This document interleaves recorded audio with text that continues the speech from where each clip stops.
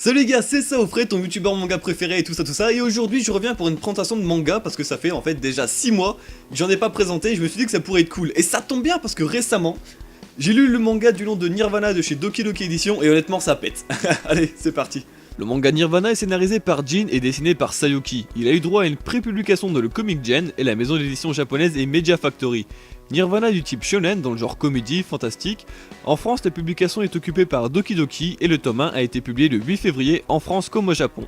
Prix du tome 7,50€ et la série est toujours en cours. Yashio Itotose, aussi surnommée la nouvelle Mère Teresa grâce à l'aide qu'elle a apportée partout autour d'elle bénévolement, embarque dans un avion pour une mission humanitaire, une mission bénévole, tout ça. Et pendant le vol, en fait, le réacteur a pété et l'avion s'est crashé. Un peu après, Yashiro se réveille et se rend compte qu'elle est pas dans le même monde qu'elle était tout à l'heure. Donc elle commence à rencontrer des gens et les gens l'appellent, eux, Sakuya. Donc elle comprend pas et elle se rend compte qu'après, Sakuya c'est le nom de la déesse de l'harmonie de leur monde et que son but en fait était de restaurer la paix dans ce monde-là et de trouver des compagnons élémentaires pour l'aider. Mais je reviendrai après sur les compagnons élémentaires parce que c'est un peu compliqué. Dans Nirvana, le fait que le personnage principal soit une héroïne c'est vraiment pas mal, on a l'habitude de voir toujours un garçon en tête des histoires et là, un peu de changement.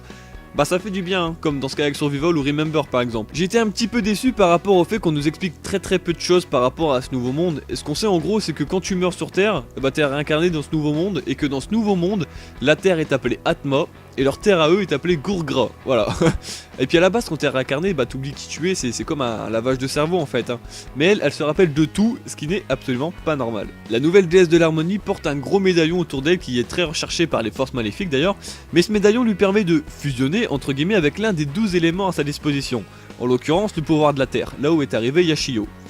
Ce qui défonce aussi c'est qu'à chaque fusion, Yashio change d'apparence comme sur la couverture du tome 1 par exemple, et ça c'est vachement cool. J'ai encore pas mal de choses à dire mais je ferai ça plus en fin de vidéo pour parler un peu des points positifs. Pour mon avis personnel, je dirais que le manga est vraiment sympa, même si au vu du tome 1, on peut déjà avoir une idée à peu près de combien de tomes il y aura à la fin. Moi je dirais 7, perso je dis 7. Mais dans ce manga, dans le tome 1 du moins, t'as déjà de l'humour, t'as déjà de l'aventure, t'as déjà du combat, et ça c'est vraiment pas mal. T'apprends beaucoup de choses, alors même si au début, le vocabulaire un peu employé est compliqué à comprendre, hein, pas le vocabulaire français, mais les noms des ennemis, tout ça, c'est chaud, mais en fait à la fin du tome, t'as toujours en fait un commentaire du dessinateur, du scénariste, tout ça, et en gros t'étais dit que te fais pas chier avec le vocabulaire, du moment que tu kiffes l'œuvre, c'est le principal. Et honnêtement, c'est réussi. Et puis il y a beaucoup de choses importantes à noter, hein, comme les petites fiches d'annotation des personnages, comme ça t'apprends à les connaître, tout ça.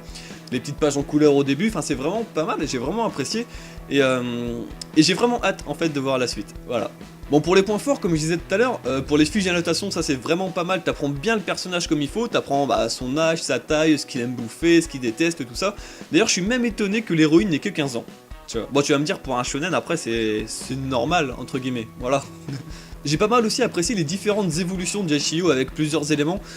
C'est comme si tu voyais, par exemple, le Goku fusionner avec Vegeta, Goku fusionner avec Gohan, et ainsi de suite.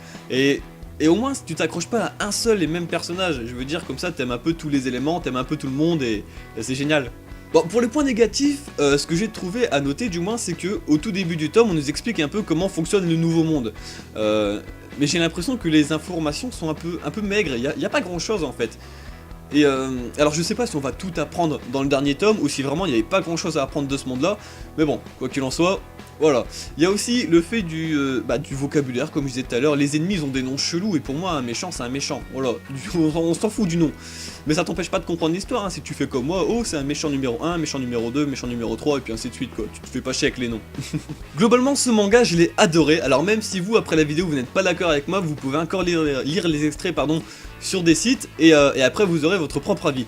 Voilà, en tout cas merci à Doki Doki d'avoir publié Nirvana, merci à vous d'avoir vu la vidéo jusqu'au bout et de m'encourager à continuer les vidéos, et voilà, je vous dis à bientôt, c'était Saofré, tchuss.